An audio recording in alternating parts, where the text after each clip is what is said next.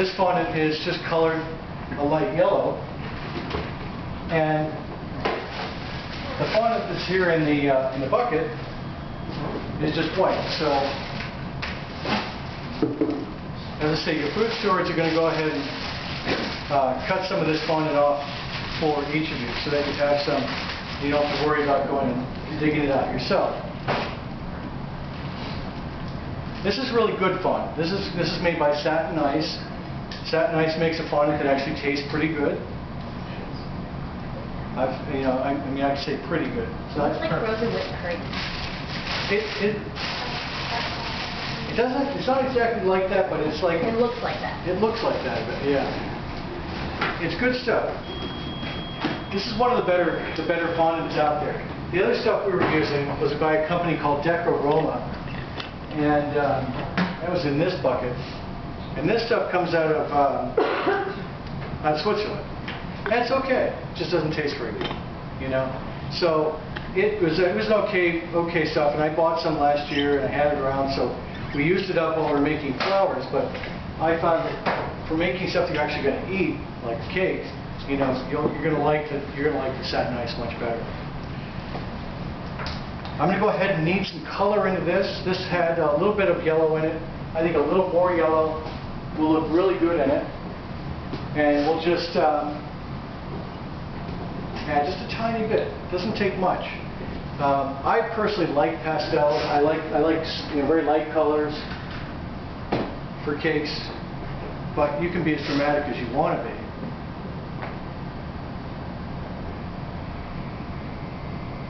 So a little more color here.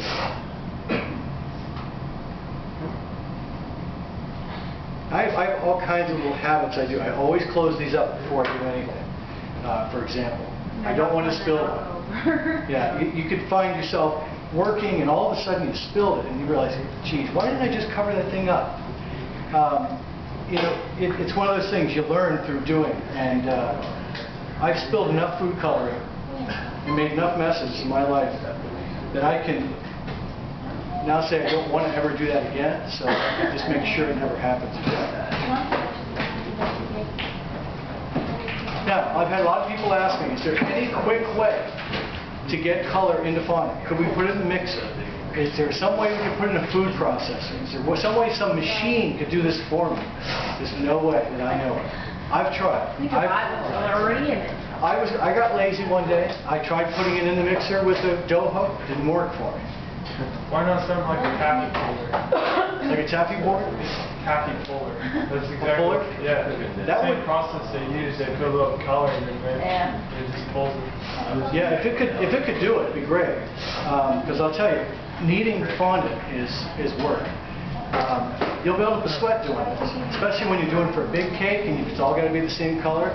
So you're kneading out 25 pounds of fondant, and it's a lot of work. But that's why cakes cost a lot of money. And if you work for a cake shop, or if you ever decide to go work for someone who makes cakes, this is what you'll probably start doing. I think I'll be doing it. It's one of your first jobs. It's like they give you, say, here's 25 pounds of fondant. I want that in a nice canary yellow. Oh. Yeah. It's like when you're in the culinary world too. You know what they'll do is they'll say, here's 175 pounds of carrots. I need them peeled and diced. You know, and you got to find a way to keep a smile on your face and still do the work. You know, but that's just part of it. They're going to do that too. Well, we used to talk about, when I was in school, the president of the college used to talk about what he called carrot peeling attitude. And you have to maintain what we call a good carrot peeling attitude. So when you're asked to do 175 pounds of carrots and dice them small dice, you know, quarter-inch dice, you find a way to put a smile on your face. You find a way to just enjoy life, because it's going to be a long time before you've done all those carrots. It's the way life is, you know. But that's part of being in the business. All right, so for those of you guys over there, you can see I've just got this fondant into a nice even yellow. What I'm trying for here is just a nice even color. And if you look at my cake, I probably don't need this much fondant. I've got a cake that's about 3.5 inches high. It's about 8 inches in diameter. So add it up. 3 1/2, 3 1/2, that's 7, plus 8 is 15, right? So I've got to have a piece at least 15 inches in both directions in order to cover this cake. And to be safe, I want to have it a little bigger than 15 inches to make sure it's not just barely to the bottom, but to hang over a little bit so I have something to trim away. So I'm going to try to get that pretty close. This silpat mat is 18 by 24. So because of that, I can kind of use that as a gauge. If this is 18, the brown area is probably about 16. So I'm going to probably go just about to 16 inches, and I'll probably go about 16 inches wide. And we'll see how we're looking at that point. And we'll put this fondant on the cake. Like anything you're rolling, if you're rolling something, don't move yourself, move the product. So if you need to, you pick it up, you turn it. It takes a little while, but as you do this, you're able to kind of gauge how everything looks at the same time. If you see anything that needs to come out, just pinch it out. If you see an air bubble, I see one right there. I don't know if you guys can see that on camera. Yeah, there's a little air bubble right there. I'm going to watch that. I'm not going to pop it just yet. The way to get rid of air bubbles like that is popping it just like you would a blister. Yeah. You know, if you have a blister and you need to pop it, right, you know you need to pop it, because if you don't, it's going to pop on its own, and it's going to be a big raw spot, and it's going to be really painful. The way to deal with that is take a needle, right, and you just give it a little teeny hole in the side, and then you press it down and put a Band-Aid over it, and then everything's good in the world, and the thing heals up really nice. That's the same way with these. What I do is I go on the side with a small toothpick or something, put a little hole in there, press out the air, kind of make it heal up, and everything goes fine. You put a Band-Aid on there. Band-Aids are important to prevent infection. Those kinds of things.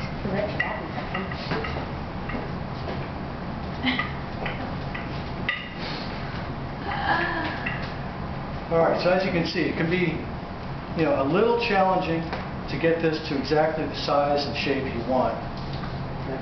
But what you have to do is just be persistent and be patient with it. I've got this one part pretty close to where I want it. But I want it to be, as I say, about 16 inches. How thick do you want it?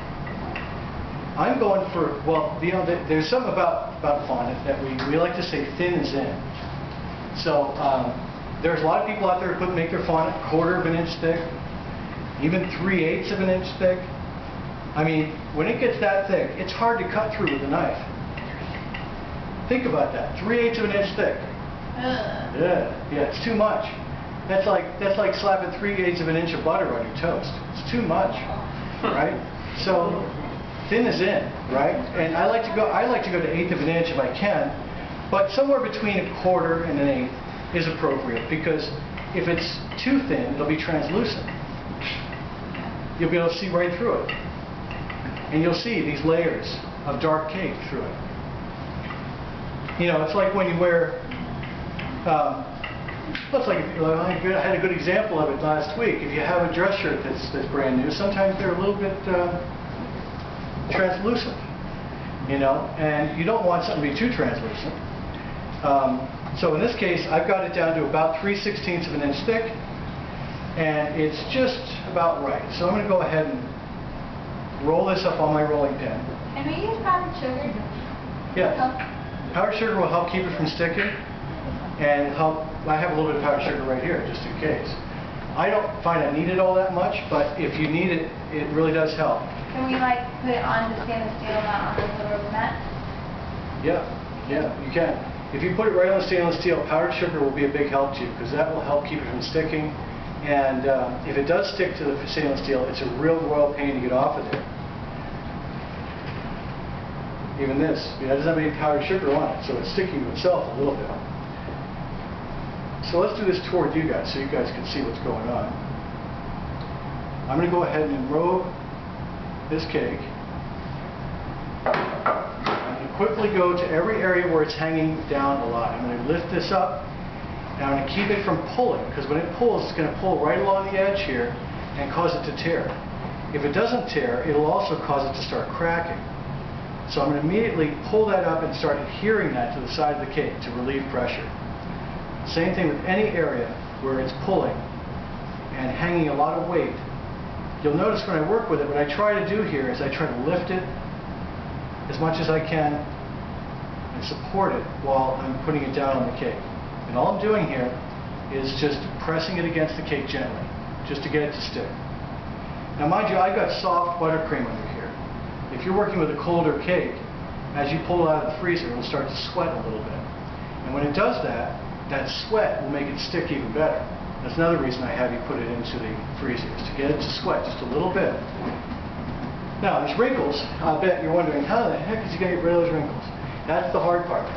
The wrinkles are probably the hardest part of dealing with fondant, because you have to find a way to get it to be smooth all the way to the bottom when you're putting it on. I don't avoid wrinkles. I try to go right after them. So this wrinkle right here, I'm going to go right in here and press it in to the cake. And go right here to its neighbor. And what I'm doing is basically making them smaller and smaller wrinkles. And what you'll notice is the wrinkles eventually end up on the flat part of the cake turntable. I end up moving them down. And I'm not stretching this fondant. I am just gently pressing it to the cake. If I push down, what's going to happen is it's going to get weak along the edge here and crack. We don't want that to happen if we can help it. So we're going to go ahead and just be very gentle with it, trying to ease it down and using our lifting hand to help support it. This wrinkle is going to be a real bugger. What I do here is I just go right after a wrinkle. I just go right into the middle of it and I attack it. I don't try to avoid it, because eventually avoiding wrinkles on your cake is like avoiding credit card bills. They don't go away, do they? You can avoid them, right, for a long time, but they always come back. They just never go away. You can avoid them, just don't get one. That's the only way to avoid it, I think. It's not to have it. Well, with wrinkles on a cake, that's one of the things we can't choose not to have, because the fondant decides that for us. But that's a very good point when it comes to the philosophy toward credit card debt. All right, so I basically got this all the way around now, smooth all the way down to the bottom, and all I have left is this stuff to trim. That shouldn't be too hard to do, but we're also going to use a couple other tools here. I'm going to grab a fondant smoother. This is a smoother. You'll notice it has a fairly sharp edge on this side and it has a fairly rounded edge on the bottom. That works fine too. Yeah. These are basically designed just to help you smooth it down. Remember, one thing that someone noticed in the morning class, I think that was pretty cool, because no one ever noticed this before. But when you're smoothing a cake, you're not smoothing the fondant. You're smoothing the buttercream underneath. Right now, I don't know if you noticed, but the buttercream is kind of lumpy in certain places. We can solve that problem with the smoother. All we have to do is go around, gently pressing to smooth it out. You'll notice the sides smoothing out. You smooth out the top. It starts getting incredibly smooth. Work it a little bit more up here on the top edge. Someone asked me this morning, how hard are you pressing on that? Are you guys wondering that too? Yeah? My question was, the question I got this morning, I answered it. I just said to, I think it's Richard. Richard asked me, how hard are you pressing? I said, well, how hard do you press when you're using a razor, when you're shaving? That's about how hard I'm pressing. You know, if anybody's ever shaved anything, you know that you don't press too hard, right? Nope. If you press too hard, you'll end up taking skin with it, right? I had a friend, when I was in middle school, she was trying to shave her legs the first time. She went up from her ankle all the way to her knee, and it took skin the whole way. She just was... I remember she came to school and she had this huge bandage on her leg, and I was like, what happened? She's like, oh, I don't want to talk about it.